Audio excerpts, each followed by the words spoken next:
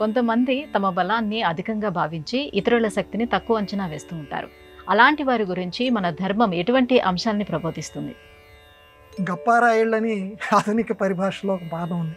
కోతల రాయుళ్ళు, గప్పారాయుళ్ళు, వీళ్ళు యది హాస్తి తదన్యత్ర అని మహాభారతానికి ఉన్నటువంటి పేర్లలో ఒకటి.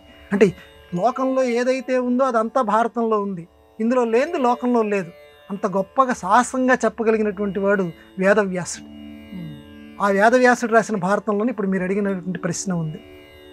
కురుక్షేత్ర యుద్ధం మొదలు కాబోతున్నటువంటి సమయంలో శ్రీకృష్ణుడి యొక్క బావమరిది రుక్మి, సోదరి పేరు రుక్మిణి, సోదరుడి పేరు రుక్మి. ఆ రుక్మి అనేటువంటి వాడికి కూడా కొంత సైన్యం ఉంది. పాండవుల దగ్గరికి వస్తాడు.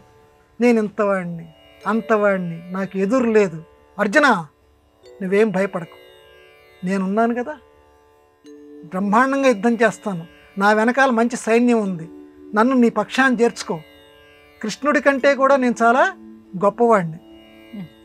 పక్కన బావగారు చూడండి, నేను చాలా గొప్పవాడిని, ఆయన ఎలాగ యుద్ధం చేయడు, నీకు సారథ్యం చేస్తానంటున్నాడు, వాళ్ళందరికంటే కూడా గొప్పవాడిని, నన్ను నీ పక్షంలో చేర్చుకో అని అంటే అర్జునుడు కృష్ణ నిందని భగవన్ నిందని సహించలేడు. మాట అంటాడు, నాయనా మాకు కృష్ణుడు సారథ్యం చేస్తున్నాడు, కృష్ణ సారథ్యం మాకు చాలు, మాకు వేరే బలాలేమీ అక్కర్లేదు, నీ బలము నువ్వు మాకు అక్కర్లేదు, నీకో నమస్కారం. అర్జునుడు అదే మాట అంటాడు, ధర్మరాజు గారు కూడా దాన్ని ఆమోదిస్తారు. అరే నేను వస్తే నువ్వు కాదంటావో, చులకనైపోయానా అని మళ్ళీ వెంటనే వాడు తిరుగు టపాలాగా దుర్యోధనుడి దగ్గరికి వెళ్తాడు. ఎదురుపక్షం వెళ్ళిపోయి, దుర్యోధన నేను అంతటి వాడిని అనుకున్నావు, వాడు ఎంతటి వాడో లోకానికి తెలుసు. ఎందుకంటే లోకంలో శక్తి లేనటువంటి వాడే ఒక గొప్ప ఆధునిక పరిభాషలో కూడా వ్యక్తిత్వ వికాస పాఠంలో కూడా చెప్తారమ్మా.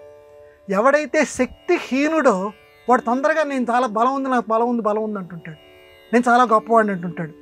నిండుకుండా తొణక ఓ కింద ఉన్నది ఎగిరెగిరి పడుతూ ఉంటుంది. ఆ రకంగానే ఈ రుక్మి దుర్యోధనుడి దగ్గరికి వచ్చేసి నేను ఇంతవాడిని అంతవాడిని, ఆ కృష్ణుణ్ణి అర్జునుణ్ణి ఎవరిని పడితే వాడిని మట్టి కనిపించేసేస్తాను.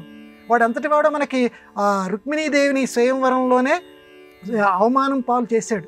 వాడిని శిరస్సు ఖండించకుండా మొత్తం ఆ జుట్టు మొత్తం కత్తిరించేసేసి, ఎందుకంటే భార్య ఎక్కడ బాధపడుతుందో రుక్మిణి అని చెప్పి చంపబోయేటువంటి వాడిని బతికించాడు. కాబట్టి కృష్ణుడి చేతిలో అలనాడే ఓడిపోయాడు వాడు. కానీ ఒప్పుకోరమ్మా చాలామంది, శక్తి లేదన్న విషయాన్ని ఒప్పుకోరు, ప్రకటించుకుంటూ ఉంటుంటారు. దుర్యోధనుడి దగ్గర ఆ రకంగా ప్రకటించాడు. దుర్యోధనుడు కూడా నమస్కారం అయ్యా, నువ్వు మాకేమీ అవసరం లేదు అని దుర్యోధనుడు కూడా చెప్తాడు. ఇద్దరి దగ్గర భంగపాటుకి అవమానానికి గురై రుక్మి తన దోవను తాను వెళ్ళిపోతాడు. ఈ రకంగా కురుక్షేత్ర యుద్ధంలో యుద్ధం చేయనటువంటి అతి తక్కువ రాజవంశాల బలరాముడు యుద్ధం చేయలేదు.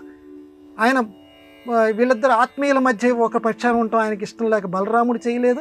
అలాగే ఈ రుక్మి కూడా యుద్ధం చేయాలనుకున్నాడు, కానీ ఇద్దరిలో ఎవరు కూడా దగ్గరికి రానివ్వలేదు.